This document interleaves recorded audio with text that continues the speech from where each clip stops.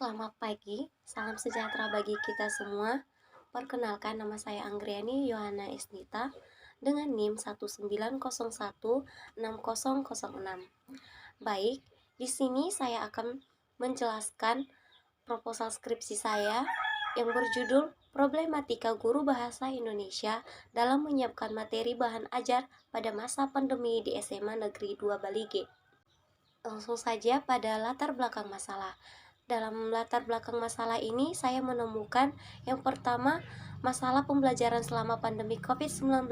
Yang kedua, problematika dunia pendidikan, yaitu belum seragamnya proses pembelajaran, baik standar maupun kualitas capaian pembelajaran yang diinginkan. Yang ketiga, pembelajaran bahasa Indonesia menjadi sesuatu yang sulit dibelajarkan dan dipelajari oleh siswa.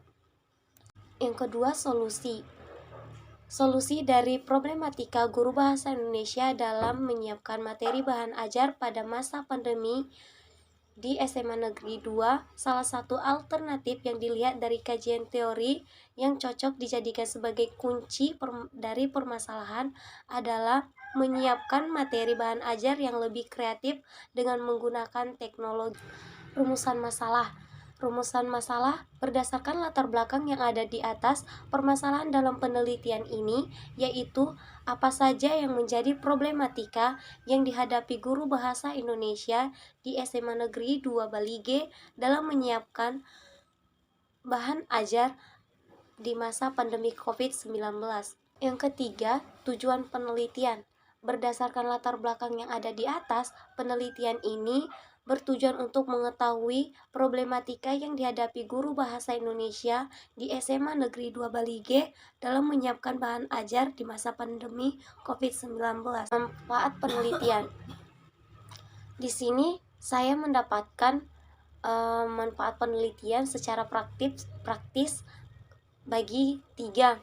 Yang pertama itu bagi sekolah, bagi guru, dan bagi siswa. Kajian teori. Dalam kajian teori ini saya mengaji beberapa kajian. Yang pertama itu problematika, yang kedua guru, yang ketiga problematika guru, dan yang terakhir itu pembelajaran daring. Pertama itu kita akan membahas mengenai problematika. Problematika ini adalah sesuatu yang tengah mendapat problem atau masalah, berarti sesuatu tersebut memerlukan pemecahan. Yang kedua, guru. Di sini saya mengkaji materi mengenai guru. Yang pertama itu pengertian guru, syarat-syarat guru, tugas dan fungsi guru. Yang kedua, problematika guru. Problematika guru dibagi menjadi tiga. Yang pertama itu problematika guru internal, tujuan pendekatan konstruktivisme. Yang ketiga, problematika guru eksternal.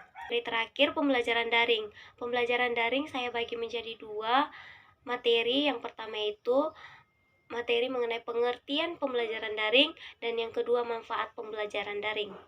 Selanjutnya kita akan membahas mengenai metode penelitian. Yang pertama, pendekatan penelitian. Penelitian yang digunakan dalam penelitian ini adalah pendekatan kualitatif. Pendekatan kualitatif yang bersifat deskriptif dan cenderung menggunakan analisis dengan pendekatan induktif. Selanjutnya, setting dan subjek penelitian. Setting penelitian ini terbagi menjadi dua: tempat penelitian dan waktu penelitian. Yang pertama, tempat penelitian. Penelitian kualitatif ini dilaksanakan di SMA Negeri 2 Balige, Kabupaten Toba Samosir, Kecamatan Balige, Provinsi Sumatera Utara. Waktu penelitian dilakukan selama 3 bulan sampai bulan April 2022.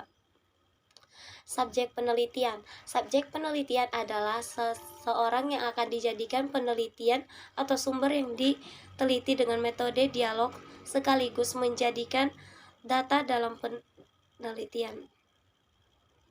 Subjek dalam penelitian ini adalah guru pengajar pembelajaran bahasa Indonesia di SMA Negeri 2 Balige. Yang ketiga, jenis dan sumber data. Pertama, data primer. Data primer adalah data yang diperoleh langsung dari sumbernya. Peneliti berhubungan langsung dengan peneliti yang bersangkutan. Kedua, sumber data. Sumber data di sini merupakan subjek dari mana data yang diperoleh. Selanjutnya kita akan membahas mengenai teknik pengumpulan data. Penelitian ini Peneliti menggunakan 3 macam teknik pengumpulan data, yaitu yang pertama observasi.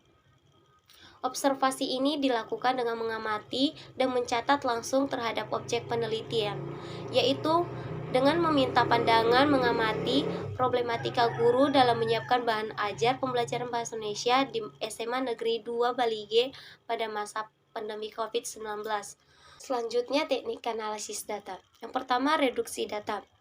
Reduksi data diartikan sebagai proses pemilihan, pemusatan perhatian pada penyederhanaan dan transformasi data kasar yang muncul dari catatan-catatan tertulis di lapangan. Langkah selanjutnya setelah data direduksi adalah data display atau menyajikan data. Penyajian data kualitatif disajikan dalam bentuk teks naratif. Langkah yang terakhir dilakukan dalam analisis data kualitatif adalah penarikan kesimpulan dan verifikasi. Selanjutnya yang terakhir, teknik pemeriksaan keabsahan data. Keabsahan temuan merupakan konsep penting yang diperbarui dari konsep kesahihan atau validitas dan kendala atau reliabilitas menurut versi positivisme dan disesuaikan dengan tuntutan pengetahuan, kriteria, dan paradigmanya sendiri. Kedua, triangulasi adalah teknik pemeriksaan keabsahan data yang memanfaatkan sesuatu yang lain di luar data itu untuk keperluan pengecekan atau sebagai perbandingan terhadap data itu. Baik, sekian hasil presentasi proposal skripsi saya. Saya mengucapkan terima kasih.